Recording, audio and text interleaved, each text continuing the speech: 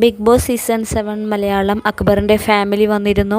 ഭാര്യയും ഉമ്മയുമാണ് വന്നത്. അപ്പോൾ അവർ അക്ബറിനോട് പറയുന്നുണ്ട്, ഇങ്ങനെ ആയാൽ പോരാ, ഇതിലും ആക്റ്റീവ് ആവാനുണ്ട്, നമ്മുടെ 100% നമ്മൾ കൊടുക്കണം എന്നാണ് ഉമ്മയും ഭാര്യയും പറയുന്നത്. എന്നിട്ട് പിന്നെ ഉമ്മ പറയുന്നുണ്ട്, ആ ബിൻ ബാഗിൽ ഇരിക്കുന്നത് മാറ്റണം, എപ്പോൾ നോക്കിയാലും അതിലിങ്ങനെ ഇരുന്ന് എല്ലാവരും കുറ്റം പറയരുത്, ആരെയും കുറ്റം പറയാൻ പാടില്ല എന്നൊക്കെ പറയുന്നുണ്ട്.